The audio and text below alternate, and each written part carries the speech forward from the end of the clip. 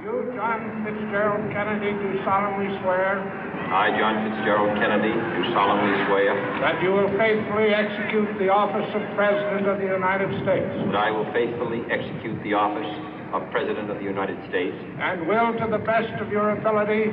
And will, to the best of my ability. Preserve, protect, and defend the Constitution of the United States. Preserve, protect, and defend the Constitution of the United States. So help you God.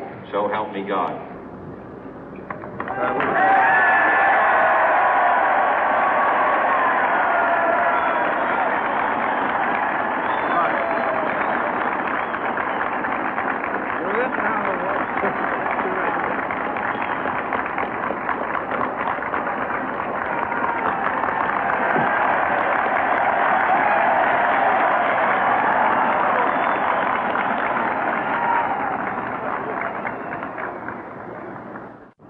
Vice President Johnson, Mr. Speaker, Mr. Chief Justice, President Eisenhower, Vice President Nixon, President Truman, Reverend clergy, fellow citizens. We observe today not a victory of party, but a celebration of freedom, symbolizing an end as well as a beginning, signifying renewal as well as change. For I have sworn before you and Almighty God the same solemn oath our forebears prescribed nearly a century and 3/4 ago. The world is very different now, for man holds in his mortal hands the power to abolish all forms of human poverty and all forms of human life. And yet the same revolutionary beliefs for which our forebears fought are still at issue around the globe. The belief that the rights of man come not from the generosity of the state, but from the hand of God. We dare not forget today that we are the heirs of that first revolution. Let the word go forth from this time and place to friend and foe alike that the torch has been passed to a new generation of Americans born in this century, tempered by war, disciplined by a hard and bitter peace, proud of our ancient heritage, and unwilling to witness or permit the slow undoing of those human rights to which this nation has always been committed and to which we are committed today at home and around the world.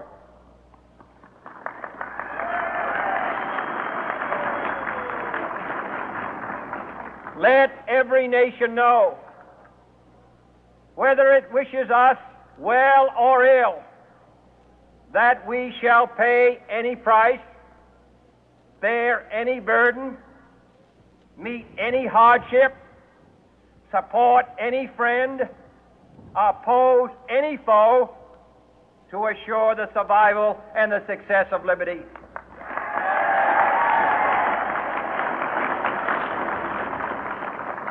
This much we pledge and more.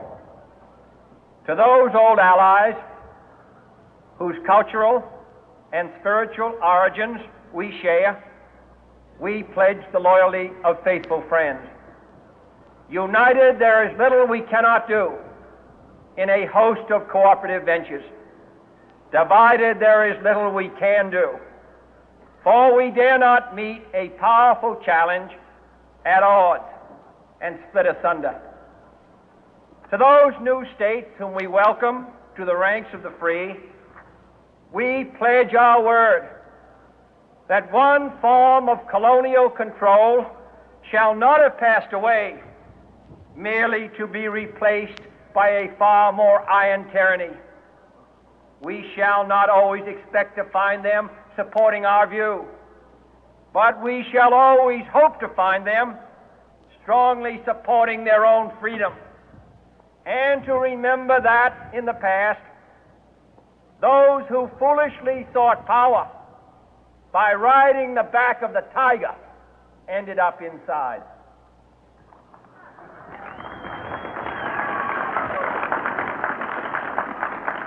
To those people in the huts and villages of half the globe struggling to break the bonds of mass misery, we pledge our best efforts to help them help themselves for whatever period is required, not because the communists may be doing it, not because we seek their votes, but because it is right. If a free society cannot help the many who are poor, it cannot save the few who are rich.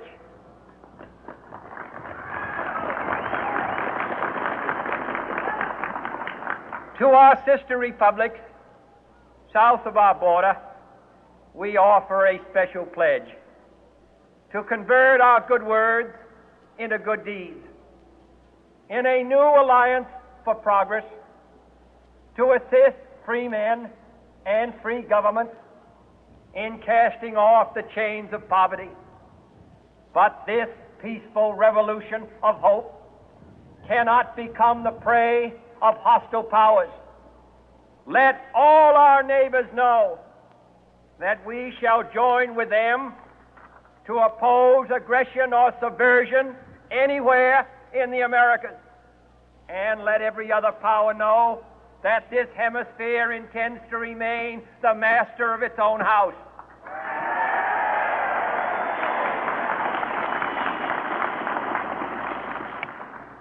To that World Assembly of Sovereign States, the United Nations, our last best hope, in an age where the instruments of war have far outpaced the instruments of peace, we renew our pledge of support to prevent it from becoming merely a forum for invective, to strengthen its shield of the new and the weak, and to enlarge the area in which its writ may run.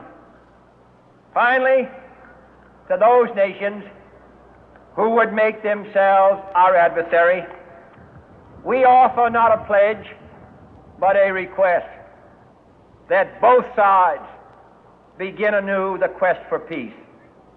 Before the dark powers of destruction, unleashed by science, engulf all humanity in planned or accidental self-destruction, we dare not tempt them with weakness, for only when our arms are sufficient beyond doubt can we be certain beyond doubt that they will never be employed.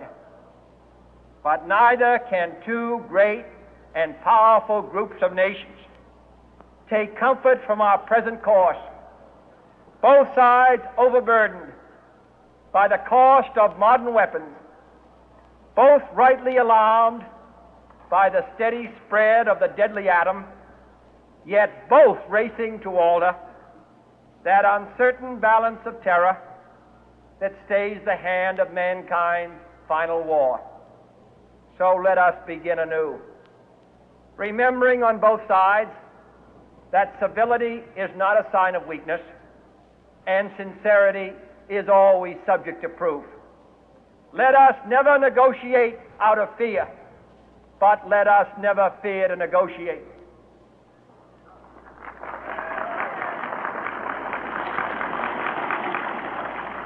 Let both sides explore what problems unite us, instead of belaboring those problems which divide us. Let both sides, for the first time, formulate serious and precise proposals for the inspection and control of arms, and bring the absolute power